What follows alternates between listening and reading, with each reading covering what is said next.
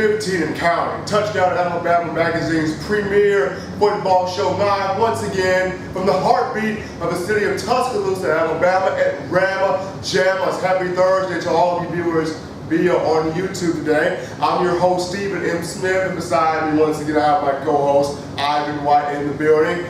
Our usual talking head, Maxwell Taylor, is not here. He is taking a math test today, so we wish him well for his academic studies this evening. But Ivan, you and I are here, so we're going to talk about some college football. And first off, what better way to start than the game that gave everybody a heart attack? And by heart attack, fans were sitting on the edge of their seat, myself included. That game was none other than Alabama versus Texas A&M from College Station, Kyle Field, home of the 12th man on this past weekend.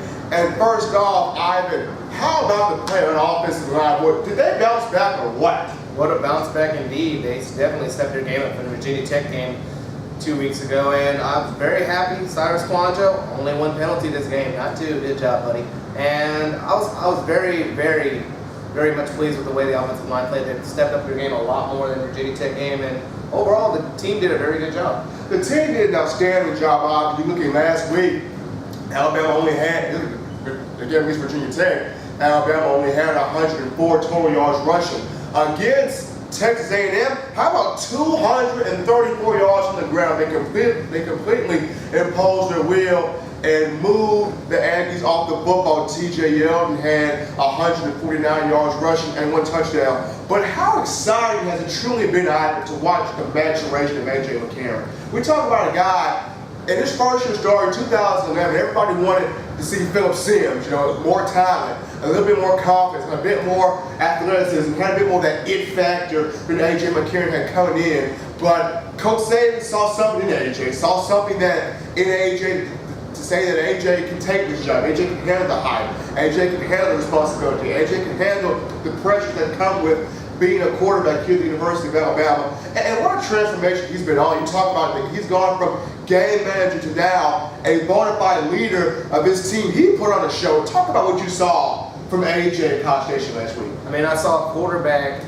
that did what he always does. He stepped up in the big game. He stepped up in necessary times in the game when Alabama went down 14-0. They definitely needed a drive to put some points on the board to make sure it wasn't a repeat of the previous year where Deja vu where A&M went up 21-0, and he gave them that drive that they needed. And I still say he is the most underrated quarterback with 2 national titles. If you think about it, they keep saying he's a game manager. He only plays him good in the system because of the players he has around him. Yet continuously, when the players around him don't step up, he steps and rises above and helps his own team win the big games. And in the words of head coach Nick Saban, you cannot be a good quarterback unless you know how to manage decisions in the game. So coming from Coach Saban, being a game manager is not that bad. But what a great job there in the game by McCarron, throwing the show against Texas A&M at Cal Field. He was 20 for 29 passing for 334 yards and 4 touchdowns. And even calling his own play in the game against A&M, the touchdown pass to Joseph Bauer in the back of the end zone. A little trivia for you fans out there, the pass that was ran, the final pass to Joseph Bauer from McCarron that was ran in that game was reminiscent to the pass that Greg McElroy threw to Roy Upchurch in 2009 in the Iron Bowl against Auburn. The play was a zing to your right, zing to your left, Peter pass right, X corner was the play ran in both games with the Iron Bowl in 09 and in this one against Texas A&M for Alabama and the defeat of Texas A&M 49-42.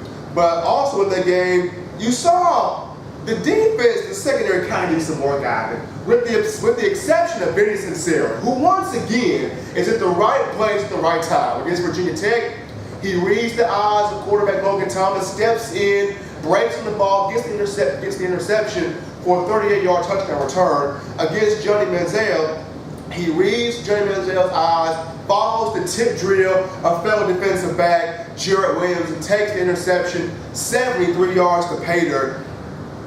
How about Benny Sincero? We know he's a coach's son.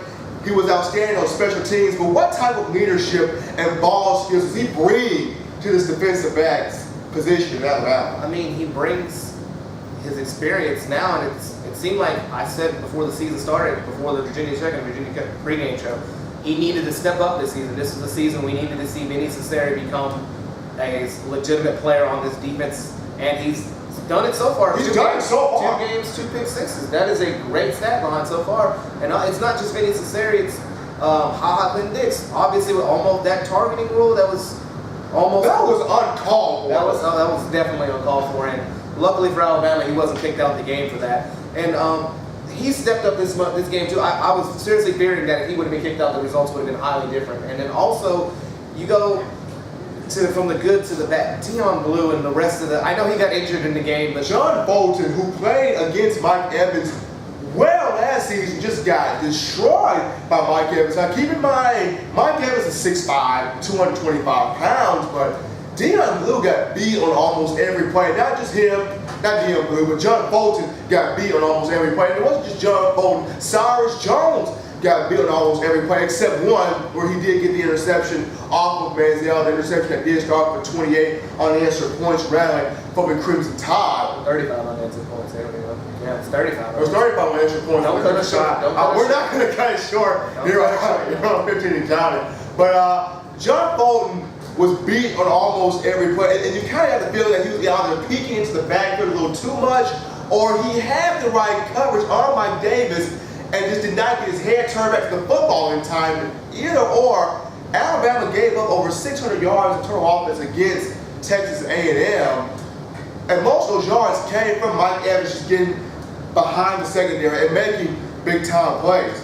But Alabama did get the stops when they needed to, and they were able to pull off the 49-42 victory against the Texas A&M Aggies. But we're here to talk about this game coming up this weekend here on 15 and Counting. After the defensive performance, i.e. the Christian Jones show against Virginia Tech, and the the tango with Texas A&M at College Station, Alabama finally comes home. They come home to Bryant-Denny Stadium this Saturday, September the 20th, 2013. They come home to Bryant-Denny Stadium to take on the Colorado State Rams, and former offensive coordinator, who's now the coach of Colorado State, Jim McElwain.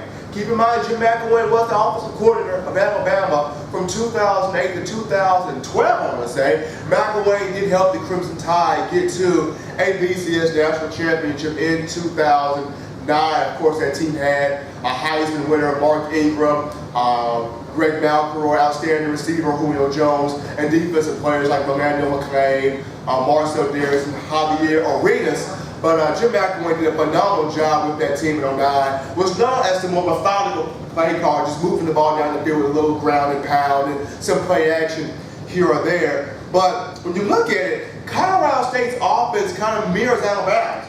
Coach McElwain brought a lot from Alabama to Colorado State. So in this game, Ivan, you look at Alabama's defense, they learned a lot from what the offense throws out there in practices. And now that you're playing against Colorado State, and against your former offensive coordinator, who has his team mirror a lot of what Alabama's doing, what does Alabama's defense need to do to really crack down, get a good defensive performance against Colorado State in the first home game? Well, I wouldn't say play like they're at practice, but obviously you're going against an offense that is pretty much the same offense you go against in practice. It's the same offensive coordinator that led you in previous years. He knows the offense. The offense really hasn't much changed except for maybe a little more long ball passes since he's left. And I feel like this is going to be a good game. This is the first game where Alabama's defense has had to face a mobile as mobile a quarterback as others they've had to face. I feel like this will be He's no Johnny Manziel. He's no Johnny Manziel. I mean, I don't know if he's no Logan Thomas, but that's not saying a lot if you're Logan Thomas. Obviously, we saw that in the Virginia Tech game. But it's going to be the game finally where we can say that we have a very legitimate defense. Last week we faced A&M, which is probably the second best offense behind Oregon in all the NCAA right now. And you can't just stop Manziel. The only thing you can do in that regard is hope that your defense can do something and create some stops, which Alabama was able to get some. But going back to what you were saying about Colorado State, this is a statement game for McElwain because he comes home. Yeah. He comes home back to Bryant-Denny, and you wonder, will he be greeted by the fans with cheers or with boos? Well, I believe he'll be cheered with cheers. Wow, it's hard to say. He's going to be cheered. I mean, obviously, this is one of the most Class C fan bases in all the SEC and all NCAA.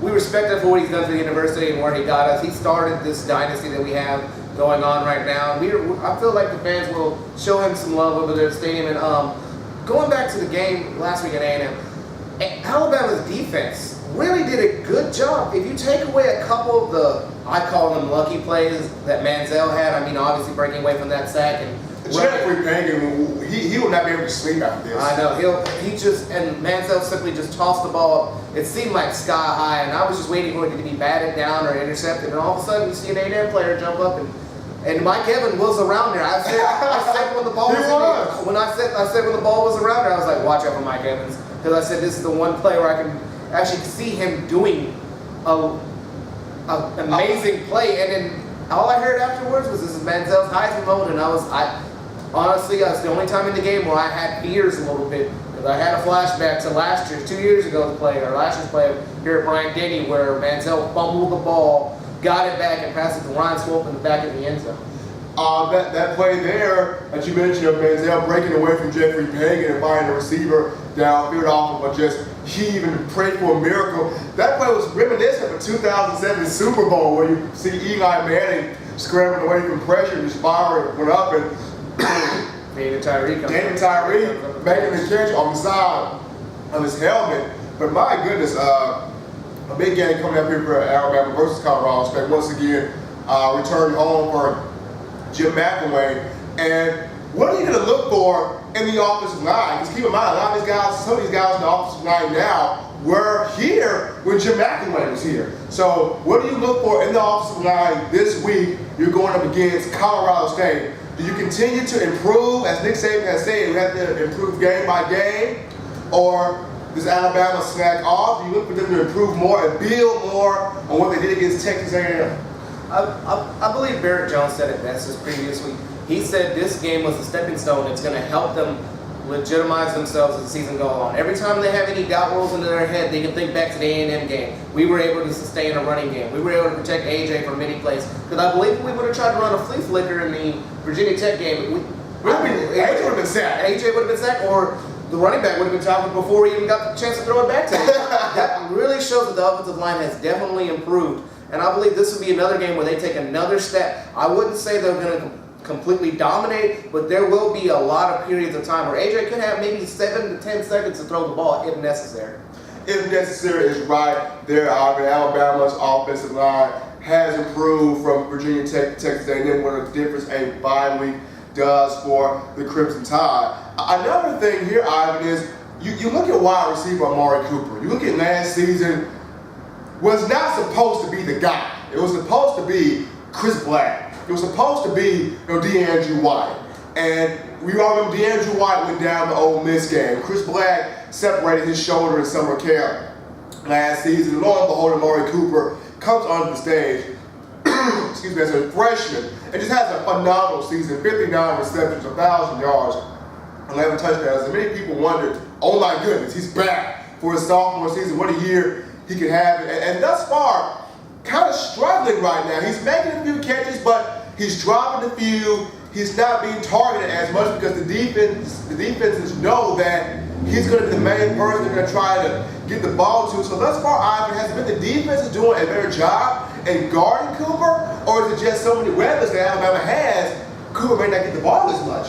I believe it's a little of both, but honestly, I'm not complaining about Amari Cooper because he's doing his job. A legitimate number one receiver desires the most attention from the defense. And when he does that, he's helping out his other receiving corps teammates by distracting the cornerbacks to himself and at least being the decoy. And I believe that's why his numbers have gone down. Last year, nobody was expecting that from Cooper. This season, they know it can happen, so they're trying to prevent it from happening. But I feel like this is actually a very good thing that's happening, because once they do switch over and notice they've got more than one weapon, that's when he'll finally start getting back in the ring. That's how he will. Amari Cooper will get back in the ring. I think Amari Cooper is a very, very, very talented receiver indeed. And hopefully they will be getting the ball to him as this game goes on against against Colorado State on this weekend. I have a question here, Ivan. After the defensive performance against Virginia Tech, and of course the shootout against Texas A&M, how will Alabama come out in this game against Colorado State? Will they come out fast, throwing the ball, pounding the ball, or will it be a slow process, kind of feeling out where Colorado State is coming from before they hit the gas? I believe they're going to be just doing what they do best. I don't believe they're changing anything from last week from A&M's game. I mean, I believe they have to come out the same way they came out. I mean, obviously they started out a little slow, but it was a road game last week. A&M is definitely a tough environment to play in. The players in the most of the offensive linemen and most of the players in that team, that was their first legitimate road game as in a collegiate athlete. Those fans are very hostile down there in College Station. Yes, trust me, I know from first experience. Those terrible white towels, good lord, those You white towels. gotta give them credit. They do their job good as fans. But back to the game, I feel like they're gonna start out pretty well. I feel like ground and pound will be the way to go. As I said last week, the multiple back system seems to be working as I predicted. It seems to be doing pretty good now, and I believe play action pass is gonna be pretty good. I don't expect another flea flicker this week though. I don't expect another flea flicker either. But Ivan, knowing head coach Nick Saban, offensive coordinator Doug Nesmeyer, the world may never know. You never expect what will happen coming out of this Alabama offense. Another question here, Ivan, true freshman tight end O.J. Howard, who stepped up big in the A&M game, had some key catches. He had 63 yards receiving. How much do you think he will be used in this Colorado State game?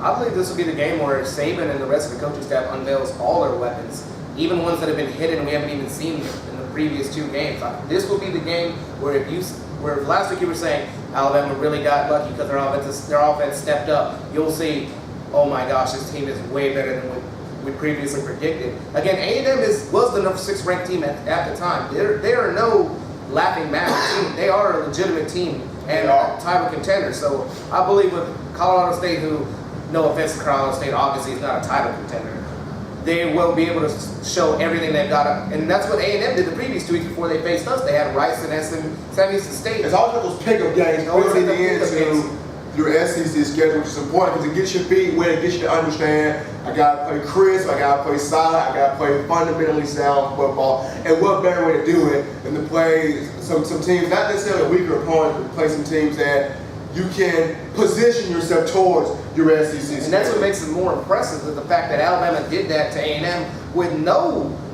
I wouldn't say warm-up games, but no non-SEC games, well, besides the Virginia Tech game. They only had one game, a week off, and then A&M. A&M had 2 games against weaker opponents, obviously, than they were, and they still couldn't get the job done. And I think that's a kudos to the Alabama coaching staff.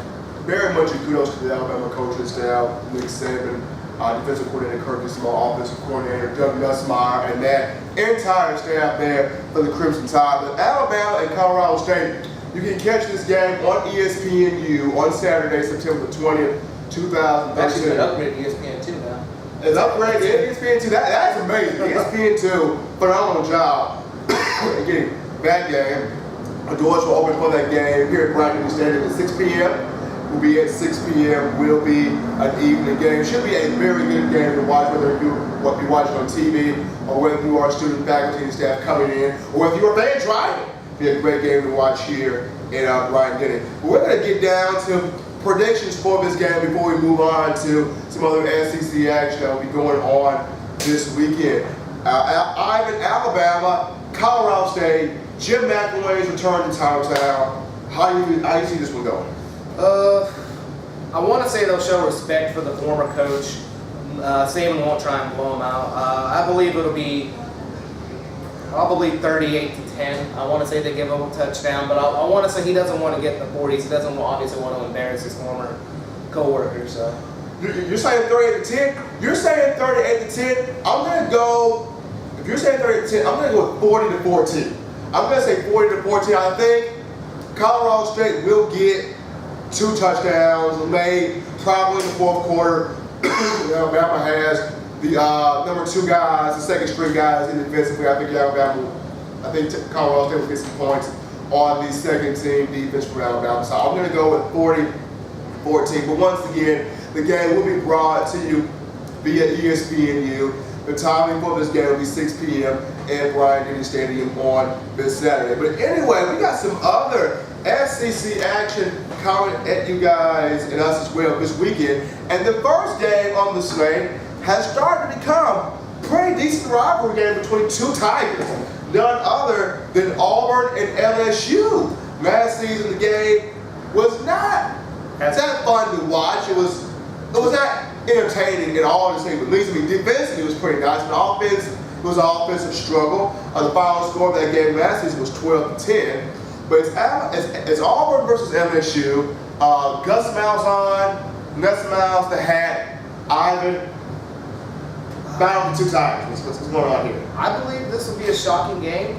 I'm not picking Auburn for the upset, but obviously You are not picking Auburn for the upset. No. I just believe playing in Baton Rouge would be a little too much for the Auburn Tigers. But I do believe they'll put up more of a fight. Because last year with their squad and the atrocious season they had last season, the fact that they still put up a 12-10. I honestly thought Auburn had it last season because Zach Mettenberger struggled. Obviously he did, but this is a new Zach Mettenberger as we've seen. They've got a new offensive coordinator. Obviously, he's been working all season long, and he has made improvements. I do believe Auburn will put up a fight. I believe this actually will come down to either a touchdown or less score, though, too. Oh, wow. So, as far as predictions going, how are you predicting this? I'm predicting this game 24-21 LSU. Kicker. Yeah, I believe this game will come down to a kicker, and I believe Auburn will put up a fight, and I believe this will be the game where Auburn says, hey, don't forget about us. We may have been atrocious last season, but we're back. Auburn will try to make a statement that they are back in full swing in college football. But yes, it's LSU, it's Auburn. You are playing in Death Valley, in Tiger Stadium, Baton Rouge, Louisiana. Will this be a night game? I believe it will be. I wouldn't be shocked. Yeah, it's probably not. Yeah. If it is a night game, you're playing under that ominous moon at night in front of Mike the Tiger and a bunch of screaming, hostile LSU fans that probably got off the Bourbon Street, to say the least. Yes. But I like this matchup a lot between LSU and Auburn. I too am going to go with LSU. I'm not going to say as close as our man Ivan White here say. I'm going to say LSU will get this 30-14. It's going to be a fight. Auburn will put up 14, but I think LSU, what Cam Cameron has been doing with Zach Mettenberger, is highly phenomenal. And I think that LSU is going to run the ball, going to pound the ball with the stable backs they have, from Alfred Blue to Hilliard to Jeremy Hill. So I think that LSU will come out this game on top 30-14. Another game here coming out in the SEC this weekend is between Florida and Tennessee. Last week, Will Muschamp in Florida played against the Miami Hurricanes, and it's during the preseason, everyone thought that Jeff Driscoll was going to be the guy. Everyone thought that Jeff Driscoll was going to be the man. He came out of the Manning camp throwing bullet passes, was looking crisp, was on fire. People thought, oh man, we got something. We got the next best thing since Tebow coming back to Gainesville in the form of Jeff Driscoll. And he comes up against the Miami Hurricanes. Al Golden's done a fantastic job for the Hurricanes, by the way, trying to bring the U program back. But Jeff Driscoll had 5 turnovers. Miami, Florida Gators had 5 turnovers. Jeff Driscoll caused 3 of those 5 turnovers. Florida losing to Miami in that ball game. But against Tennessee, Butch Jones kind of slowly has his volunteer program coming back. You're playing against Tennessee.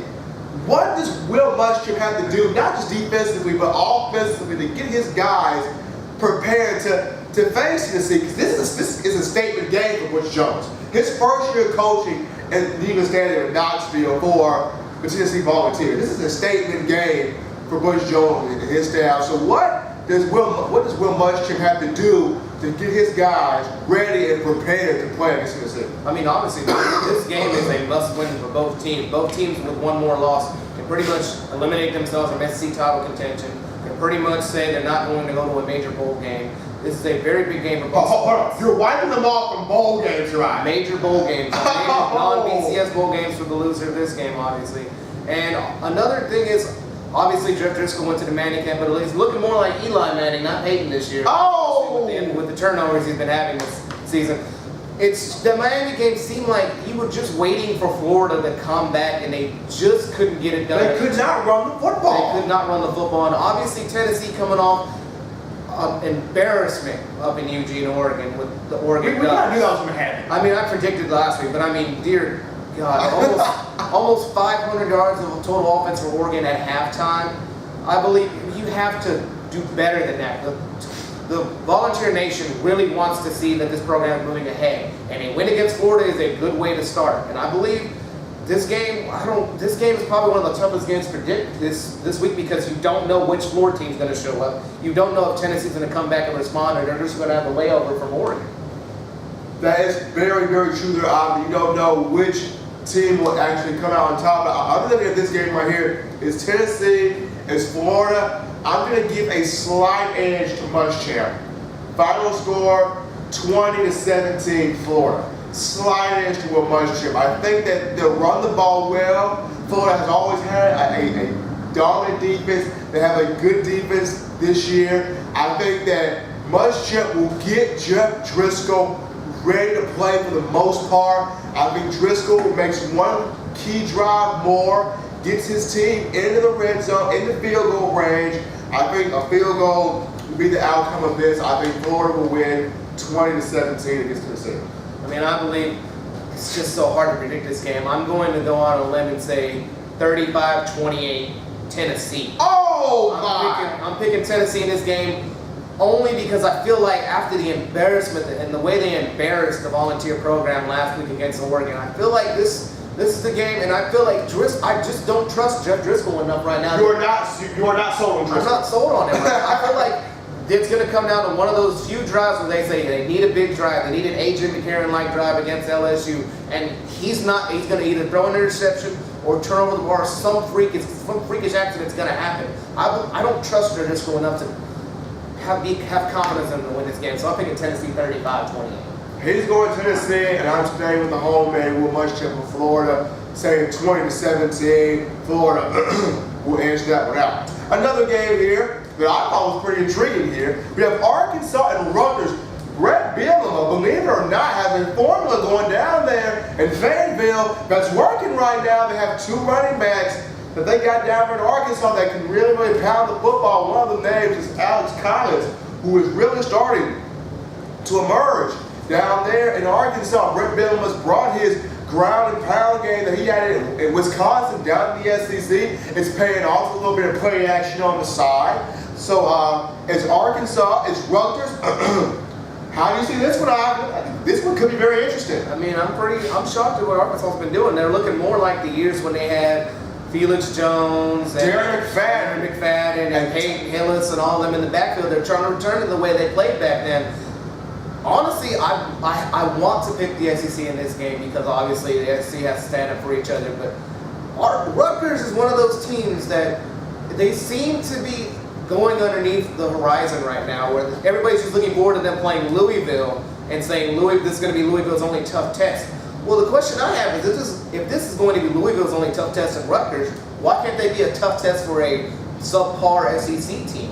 Why can't they prove? And I believe if I was Louisville right now as well and Teddy Bridgewater, I'd be rooting for Rutgers in this game because if you have to face a team and go on to defeat a team that has defeated a team like Arkansas from the SEC, this only helps their chances to be boosted in the BCS standings. I agree with you 100% there, Ivan. But I'm going to pause right now. You're going to pick the pride of Rutgers, the former school Ray Rice came from, to beat Arkansas? Are you serious, Ivan White? I mean, it must be something in the water today. But I mean, I'm picking a lot of upsets. He's pointing to his cup. Live on 15 and counting. Ivan White's going to the cup. I'm going to the cup for good luck. But obviously, I just feel like Rutgers is a better team. They've had a more legitimate program. Obviously, they had Louisville as a thorn on their side the past couple seasons. But I believe this will be the game where they can show, hey, we're a decent team, don't underestimate us, and I believe that Rutgers will go on to win this game. I believe this will be a high-scoring game. Well, not a mid-scoring game. I'm going to say 38-35. 38-35. You are not going in the 40s today. No, not he is not. I'm trying to stay clear of those today. He's trying to stay clear of the 40s today. You got 38-35 in favor of Rutgers. I'm going to go with Arkansas and the new fighting Brett Bielema. I'm going to say the formula Brett Bielema's got down with Arkansas is outstanding. I'm going to say that the Razorbacks get this one. It's not going to be that much of a high-scoring game. I'm going to say 24-17 in favor of Arkansas. I think the ground and pound game of Arkansas will control the clock, will control the possessions that Rutgers will get, and I like the Arkansas Razorbacks in Redfield on 24-17. But we're going to play a little game here on 15th County Part 2 of our version of Family Feud, Who Wants to Be a Millionaire, and Wheel of Fortune.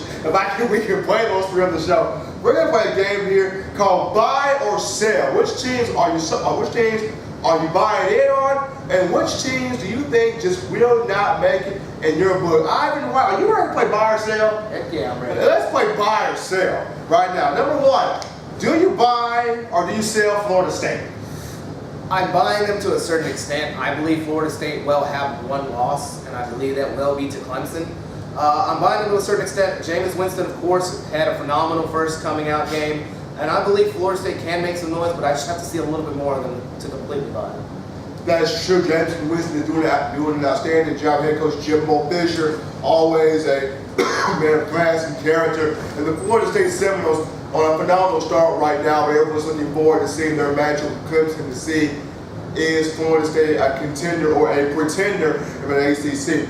Number two, they are the pride of flashy uniforms, what people like to call uniform swag. The duck quacking everywhere, and plays at one of the most hostile venues of College Station in Eugene, Oregon, Austin Stadium. The Oregon Ducks. Are you buying or are you selling Oregon? I'm selling Oregon right now. You are selling the Ducks? I'm selling the Ducks right now. I haven't seen. I mean, they've only played a few games so far, but I didn't see anything impressive. I expected them to blow out Tennessee. They've done what I expected them to do. You are not buying Mariota right now. No, I suspect when they have to go to Stanford this season and play them over there, a team that beat them on their own home turf last year, I believe Stanford is a far better team than they are right now, and I believe Stanford will punch them in the mouth that game and defeat them, so I'm selling Oregon right now.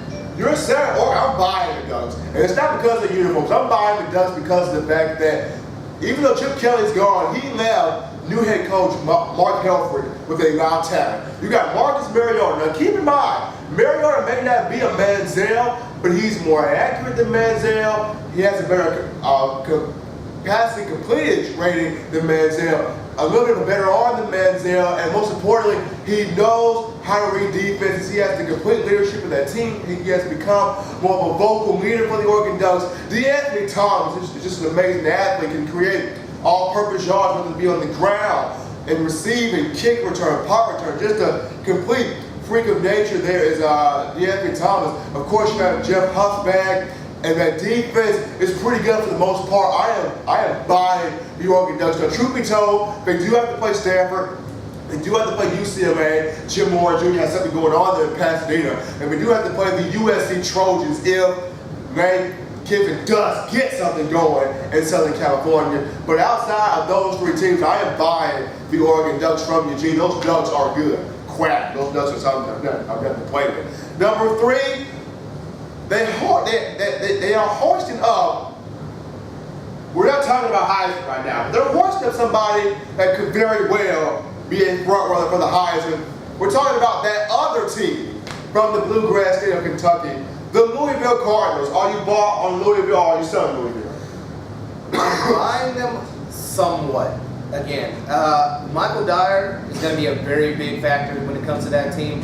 But after their performance this week against our favorite program on this show, the Kentucky, our favorite program on this show, I'm not confident at all after seeing what they did against Kentucky. Kentucky, we love y'all, but that is not a program that should be hanging around with you when you rank that highly. It took me from about an 8 confidence or out of 10 to maybe about a 6 right now. That dropped me down 2 notches. Oh my! That dropped you from great to okay. It's Kentucky. Oh my! But Teddy Bridgewater did not have his best game. I mean, he didn't throw an interception, but he was not as sharp as we have become used to seeing him.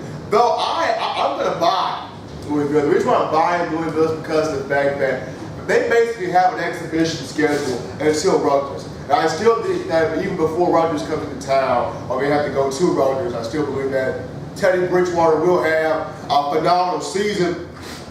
As you mentioned, Michael Dyer his ability to run the ball, use his vision to set his cuts and follow his offensive line as they block from down the field is highly amazing. Louisville's strength offensively is their wide receiving core, which has done a phenomenal job. They can high point the football, they can take the top off of defense with tremendous speed, and they have great hands on buying the Louisville Cardinals. Number 4, we're talking about Ann Arbor, the Maize and Blue, the team that made Desmond Howard and Tom Brady a household name. We're talking about those Michigan Wolverines and head coach Brady Hoke. Are you buying, and I forgot Shoelace, Denard Robinson, are you buying the Wolverines?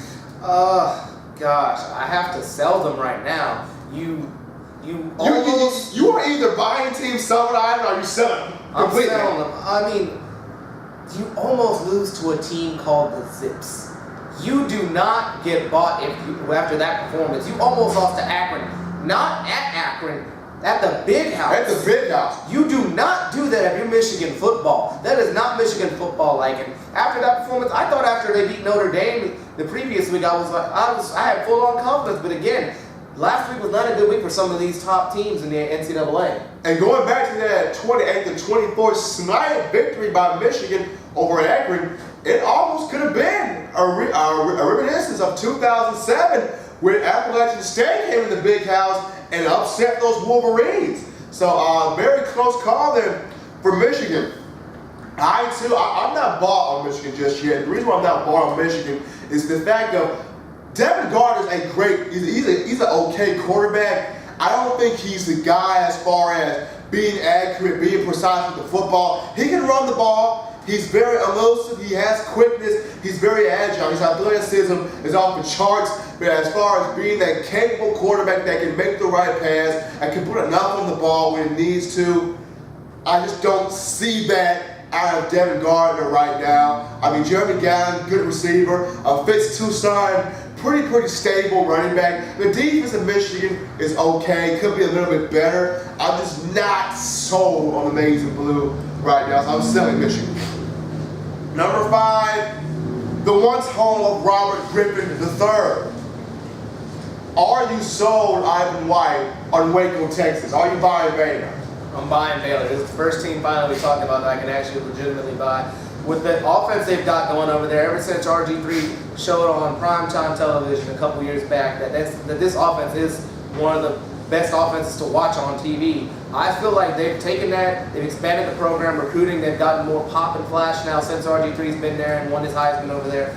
I believe this is a program that is on the rise, and this will be the season where they take another step from RG3's level to another level where they step up and become one of the best teams in the Big 12. I honestly agree with you on that one. I'm definitely buying the Baylor Bears. I feel like with the success they did have with RG3, it helped out with the recruiting.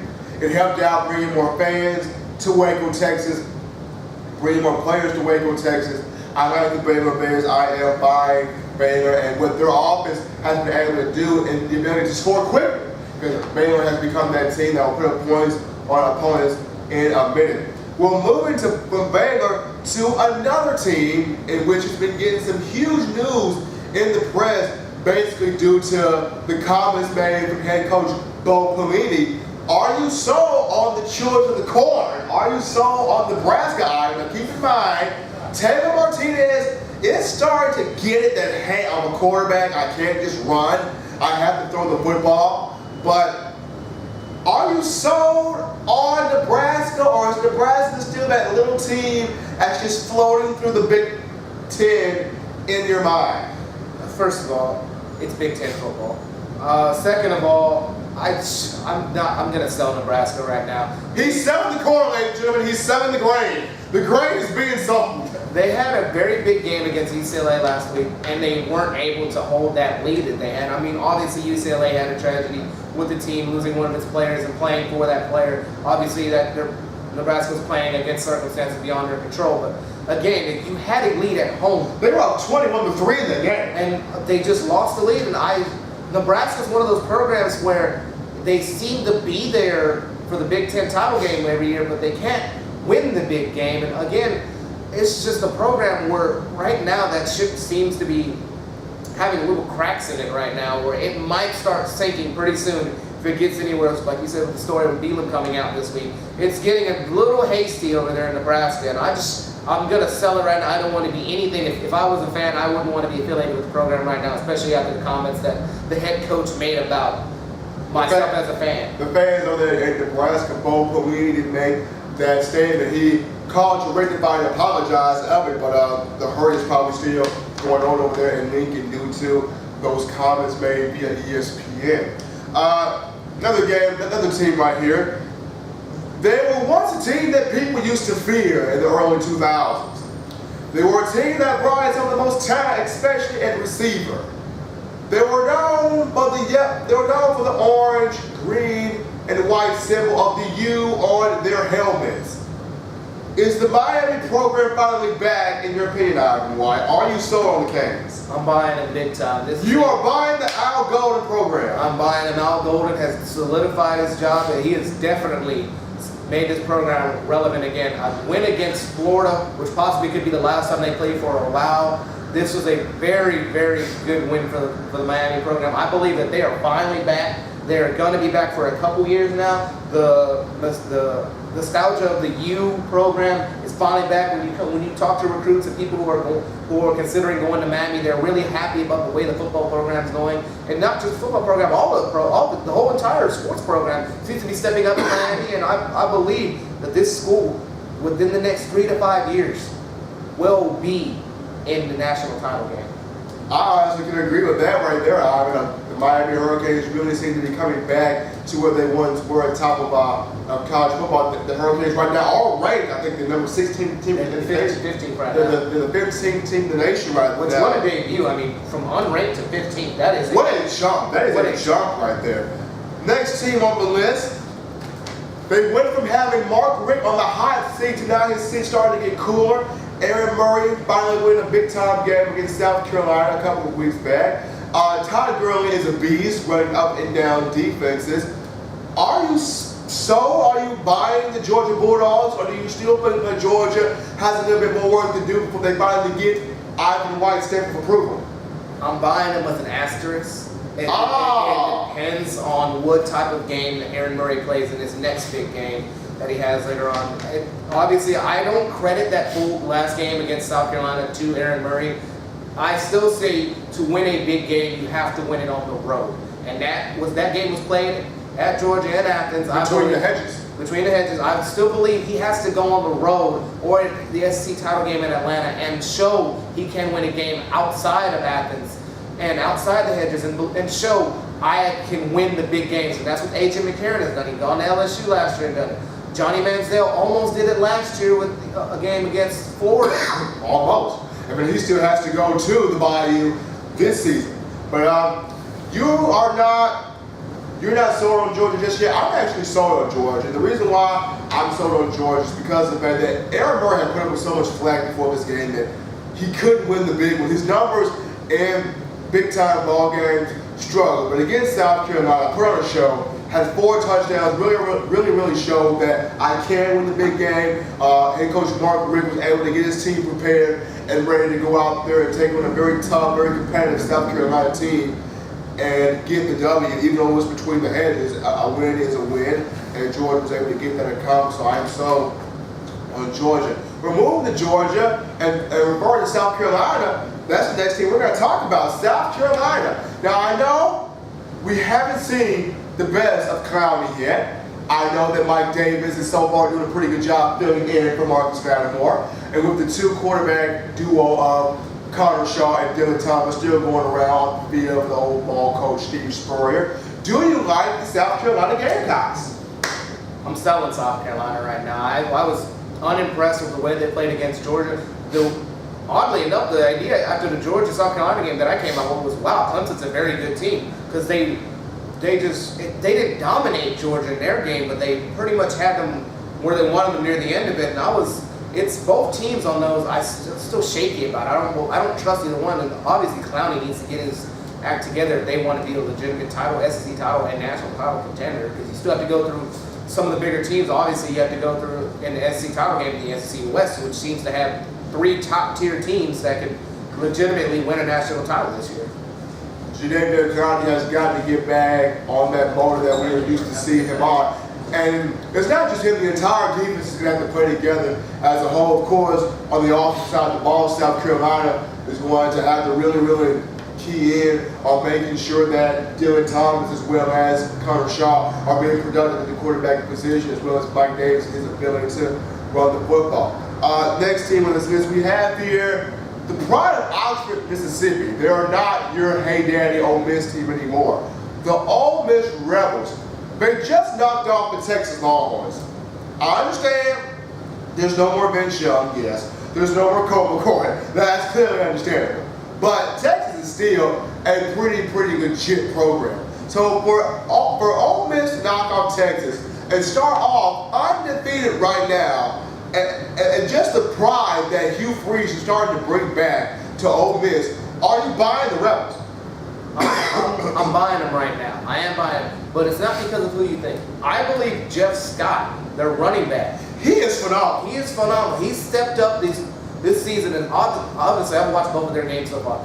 He has shown a lot, and I have been really impressed with what they've been able to do on the run game. That big play running back. I believe that entire offense has seemed to be very good to me. The defense needs a little more work, but I believe that this Ole Miss team is legit. I think they're legit. And when you talk about Ole Miss, you got to start with Bo Wallace. Bo Wallace may not be the fastest runner in the world, but he suits the Hugh Freeze system. And as long as you have a quarterback that can suit your system, you have found something there. So I'm also sold on the Ole Miss Rebels. Number 12 here, it's painful for me to talk about number 12 because we're so used to seeing Texas be that team that competes for Big 12 titles with Oklahoma. We're so used to seeing Mac Brown win. We're so used to seeing the big time recruits come to the hook 'em horn and put on a clinic. And for the past, 3 years, we have not seen that from Texas. We've seen Texas kind of falter, and of course last season they finished at 9-4 and brought back a good bit of talent from defense. Of course, David Ash, the quarterback from last season, back this season. Of course, Major Applewhite is the offensive coordinator and quarterback coach. And you wanted to see Texas win, but they're 0-3 right now. No one's buying them right now. The nation is selling on Texas. They just fired defensive coordinator Manny Diaz last weekend. What is going on? And if you're selling Texas, why? I'm selling them. There's really nothing to buy right now. I mean, right now it looks like they're trying to save their face in the program. I mean, Manny Diaz he went from being fired to the next day they said he was downgraded to a lesser position within the athletic program. Well, it seems like they're trying to keep the nostalgia of what Mac Brown has had there, and it's not working. I said this 2 weeks ago. This is the history and nostalgia. It's over with. Those days of recruiting like that are over with. You have to